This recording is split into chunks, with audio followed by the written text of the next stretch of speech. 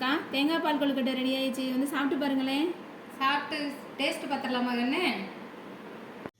Hi friends. அக்கா, நம்ம இன்னைக்கு ஒரு புதுவிதமான கொழுக்கட்டை செய்யலாம் வாங்க. என்னடா கண்ணு கொழுக்கட்டை செய்கிறீங்க?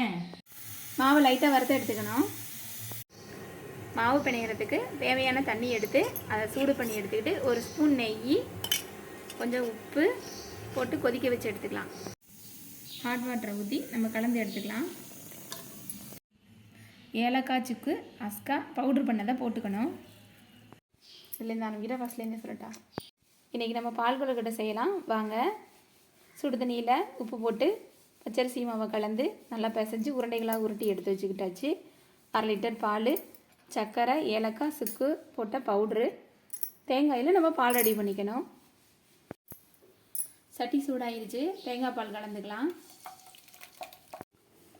தேங்காய் பாலோட கொஞ்சம் தண்ணி கலந்து கொதிக்க வச்சுக்கணும். கொஞ்சம் உப்பு சேர்த்துக்கணும். லைட்டாக மஞ்சத்தூள் போட்டுக்கலாம். தேங்காய் பால் கொதிச்சிருச்சு, உருட்டின உருண்டைகளை அதில் போட்டுக்கலாம்.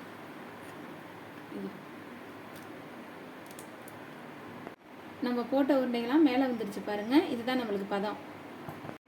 இப்போ நம்ம கிளறிக்கலாம். ஏலக்காய், சுக்கு, அஸ்கா பவுட்ரு பண்ணது போட்டுக்கணும்.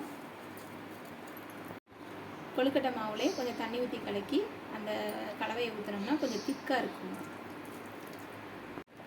தேங்காய் பூவை கொஞ்சம் அப்படியே திருப்பி போட்டுக்கோங்க. அக்கா, தேங்காய் பாலில் பால் கொழுக்கட்டை செஞ்சு சாப்பிட்ருக்கீங்களா? சாப்பிட்டு பாருங்கள் இதை. அப்படியா கண்ணு? ரொம்ப டேஸ்ட்டாக இருக்கும் போல். பால் பிடிக்காதவங்க தேங்காய் பாலில் கூட பால் கொழுக்கட்டை செஞ்சு சாப்பிட்லாம்க்கா. பாலை கடைசியாக ஊற்றி இறக்கிக்கலாம். அக்கா, தேங்காய் பால் கொழுக்கட்டை ரெடி ஆயிடுச்சு, வாங்க சாப்பிட்டு பாருங்கள். சாப்பிட்டுலாம் கண்ணுக்கா, சாப்பிட்டு டேஸ்ட் பார்த்துடலாமா? இதை உங்கள் வீட்டிலேயே செஞ்சு ட்ரை பண்ணி பாருங்கள். பிடிச்சிருந்தா லைக் பண்ணுங்கள், ஷேர் பண்ணுங்கள், சப்ஸ்கிரைப் பண்ணுங்கள். கொடுங்க கண்ணு, டேஸ்ட் பார்த்துடலாம். பாட்டி நீங்களும் வாங்க.